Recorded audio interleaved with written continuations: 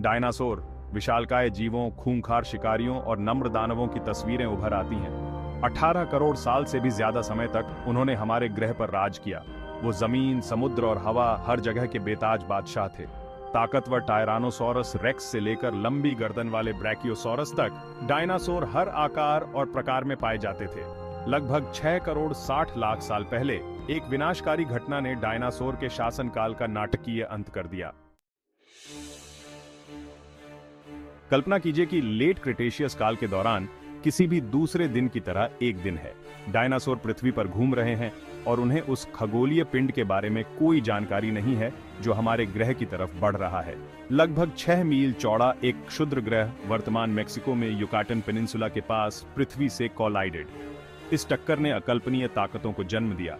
जो ऊर्जा निकली वह एक साथ विस्फोट किए गए अरबों परमाणु बमों के बराबर थी। इस टक्कर से अर्थक्वेक्स, सुनामी और ज्वालामुखी विस्फोट हुए जिन्होंने ग्रह को तबाह कर दिया।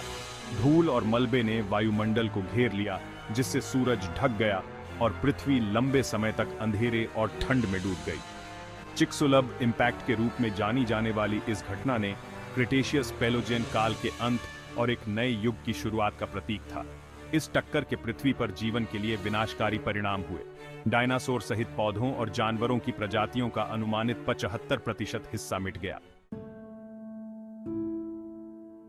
क्षुद्र ग्रह प्रभाव के बाद का समय गहन परिवर्तन का समय था। पृथ्वी की जलवायु उथल-पुथल में थी। धूल और पीरियडिक से आसमान पीरियडा हो गया था, जिससे सूरज की रोशनी अवरुद्ध हो गई थी और तापमान में गिरावट आई थी। एक समय हरी भरी वनस्पति मुरझा गई और मर गई, जिससे खाद्य श्रृंखला और पारिस्थितिक तंत्र बाधित हो गए। महासागर भी प्रभावित हुए। इस टक्कर से भारी सुनामी आई, जिसने समुद्र तटों को तबाह कर दिया। अम्लीय वर्षा ने पानी को जहरीला बना दिया, जिससे समुद्री जीवन नष्ट हो गया। एक समय जीवंत प्रवाल भित्तियां नष्ट हो गईं, जिससे समुद्री पारिस्थितिक तंत्र और बाधित हो गए। इस प्रलय से जो दुनिया उभरी वह एक कठोर और क्षमा न करने वाली जगह थी। फिर भी जीवन, दृढ़ और अनुकूलनीय, ने जीवित रहने का एक रास्ता खोज लिया। गिरे हुए दिग्गजों की छाया में पृथ्वी के इतिहास में एक नया अध्याय शुरू होने वाला था।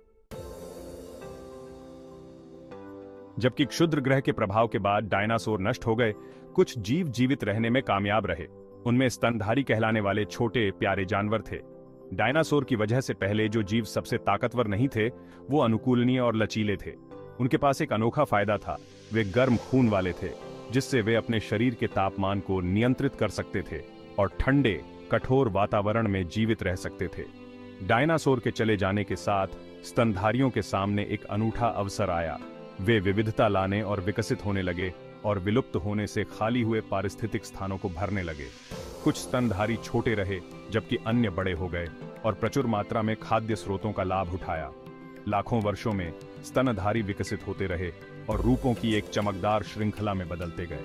उन्होंने विभिन्न आहारों के लिए अलग अलग दांत, दौड़ने, खोदने और चढ़ाई के लिए अंग और अपने वातावरण के अनुकूल इंद्रियां विकसित की। इस अवधि ने स्तनधारियों के उदय की शुरुआत को चिह्नित किया, एक ऐसा वंश जो अंततः हमारी अपनी प्रजातियों का नेतृत्व करेगा। भाग 5, एक नए तरह की बुद्धिमत्ता। जैसे जैसे स्तनधारी विकसित होते गए, बुद्धिमत्ता उभरने लगी। प्राइमेट्स के बीच यह गुण विशेष रूप से फायदेमंद साबित हुआ। बड़े दिमाग ने उन्हें समस्या समाधान और सामाजिक संपर्क में बढ़त दी। शुरुआती प्राइमेट मुख्य रूप से पेड़ों पर रहते थे। उनके हाथ और पैर लोभी थे, जिससे वे चपलता से नेविगेट कर सकते थे। उनकी आगे की ओर देखने वाली आंखों ने गहराई की धारणा प्रदान की। ये अनुकूलन मनुष्यों की ओर विकास में महत्वपूर्ण साबित हुए। भाग 6, मानवता का उदय। लाखों साल पहले अफ्रीका के बीचों बीच एक उलराइटिंगीय परिवर्तन हुआ। होमिनिन के रूप में जाने जाने वाले प्राइमेट्स के एक वंश ने उन लक्षणों को विकसित करना शुरू कर दिया जो उन्हें उनके वानर पूर्वजों से अलग करते थे। इन लक्षणों में द्विपादवाद, 2 पैरों पर सीधे चलने की क्षमता और मस्तिष्क के आकार में वृद्धि शामिल थी। द्विपादवाद ने हाथों को हरकत के अलावा अन्य कार्यों के लिए मुक्त कर दिया, जैसे कि भोजन और उपकरण ले जाना। एक विस्तारित मस्तिष्क के साथ मिलकर इस नई निपुणता ने होमिनिन को अपने पर्यावरण के साथ तेजी से जटिल तरीकों से बातचीत करने की अनुमति दी। समय के साथ होमिनिन का विकास जारी रहा। बड़े दिमाग, अधिक परिष्कृत उपकरण और भाषा के माध्यम से संवाद करने की क्षमता विकसित हुई। उन्होंने आग पर नियंत्रण करना सीखा, जिससे वार्मी, सुरक्षा और भोजन पकाने की क्षमता मिली। इन प्रगति ने मानव विकास में एक महत्वपूर्ण मोड़ ला दिया, जिससे हमारी अपनी प्रजातियों होमो सेपियंस के उदय का मंच तैयार हुआ। भाग 7, ग्रह के स्वामी। होमो सेपियंस अपने बड़े दिमाग, उन्नत औजारों और जटिल सामाजिक संरचनाओं के साथ जल्दी से प्रभुत्व हासिल करने लगे। वे अफ्रीका से बाहर फैल गए, नई भूमि का उपनिवेश किया और विविध वातावरण के अनुकूल हो गए। उन्होंने कृषि विकसित की, जानवरों को पालतू बनाया और शहरों का निर्माण किया। मानवीय सरलता की कोई सीमा नहीं थी। उन्होंने लेखन, कला, संगीत और शासन की जटिल प्रणालियों का विकास किया। उन्होंने ओशंसों की खोज की, सितारों का नक्शा बनाया और विज्ञान और प्रौद्योगिकी के रहस्यों को उजागर किया। मनुष्य ग्रह का निर्विवाद स्वामी बन गया।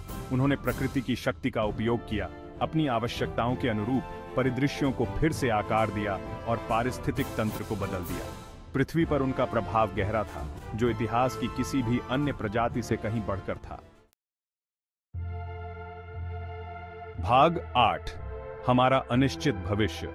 जैसा कि हम विकास के शिखर पर खड़े हैं, अपनी यात्रा और इससे उत्पन्न जिम्मेदारी पर विचार करना आवश्यक है।